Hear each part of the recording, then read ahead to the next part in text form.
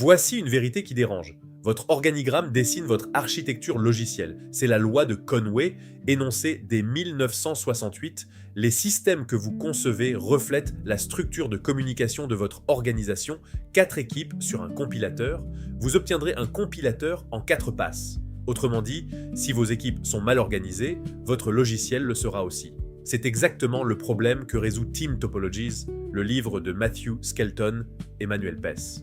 Dans la plupart des organisations, les équipes sont découpées par fonction ou se sont formées au hasard de l'histoire.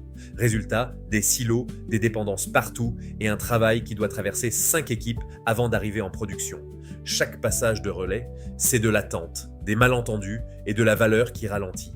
Le flux est cassé. Et pour couvrir tout ce périmètre, les équipes croulent sous une charge mentale ingérable. Et c'est le concept central du livre, la charge cognitive. Une équipe a une limite. Elle ne peut maîtriser qu'une quantité finie de code, d'outils et de domaines. Quand on dépasse cette limite, tout ralentit. Les bugs s'accumulent et plus personne n'a la vue d'ensemble. La règle d'or, le logiciel doit être taillé à la taille de l'équipe, pas l'inverse. On limite le périmètre pour protéger la capacité à livrer. La proposition de Team Topologies est simple, arrêtez d'organiser par fonction, organisez pour le flux de valeur, et pour ça, presque toutes les situations se ramènent à seulement 4 types d'équipes et 3 façons d'interagir. 4 types, 3 interactions, c'est tout. Voyons-les. Ce vocabulaire commun, à lui seul, change déjà la façon dont une organisation parle d'elle-même. Type 1 est le plus important, l'équipe alignée sur le flux, la Stream Aligned Team. Elle est alignée sur un flux de valeurs unique, un produit, un service, un parcours utilisateur, et elle livre de bout en bout sans dépendre des autres pour avancer. Dans une organisation saine, la grande majorité des équipes devraient être de ce type. Toutes les autres existent pour les aider. Type 2, l'équipe plateforme. Son rôle, fournir aux équipes de flux un socle en libre service. Intégration continue, environnement, observabilité, sécurité. L'idée, c'est de transformer des tâches complexes en services simples à consommer. La plateforme réduit la charge cognitive des autres pour qu'elle se concentre sur la valeur métier, pas sur la plomberie technique. Type 3, l'équipe d'activation, l'Enabling Team, c'est une équipe d'experts qui vient aider temporairement une équipe de flux à acquérir une compétence qui lui manque. Les tests, la sécurité, une nouvelle techno. Elle coach, puis elle repart. Son but n'est pas de faire à la place, mais de rendre l'autre équipe autonome.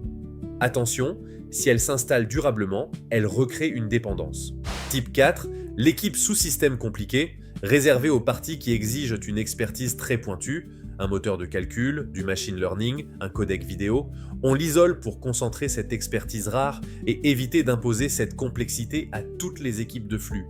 À utiliser avec parcimonie, seulement quand c'est vraiment justifié. Et comment ces équipes interagissent? 3 modes, pas plus. La collaboration, 2 équipes travaillent main dans la main, intense mais temporaire pour défricher le X as a service. Une équipe consomme ce qu'une autre fournit avec une frontière claire et peu d'échanges. C'est le mode par défaut le plus fluide. Et la facilitation, une équipe en aide une autre à progresser. Le piège classique, rester en collaboration permanente, ça brouille les responsabilités et alourdit tout le monde. Et là, on retourne la loi de Conway à notre avantage. C'est la manœuvre de Conway inversée. Puisque l'organisation façonne l'architecture, alors concevez délibérément vos équipes pour obtenir l'architecture que vous visez. Vous voulez des services découplés? Créez des équipes découplées, autonomes, alignées sur le flux. La structure d'équipe devient un levier de design, pas une fatalité. Quelques principes pour finir. Les équipes sont l'unité de base, pas les individus. On fait évoluer des équipes durables, pas des projets jetables. On limite leur charge cognitive. Et surtout, l'organisation n'est jamais figée, les types d'équipes et les interactions évoluent dans le temps. C'est une organisation qui sent et qui s'adapte. Les bénéfices? Un flux plus rapide, une propriété claire, moins de dépendance et des équipes moins épuisées. Au fond, Team Topologies donne un langage simple pour une question cruciale. Comment organiser des humains pour livrer vite et bien? 4 types d'équipes, 3 interactions et une boussole.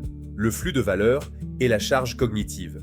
Avant de redessiner votre prochaine architecture, regardez d'abord votre organigramme.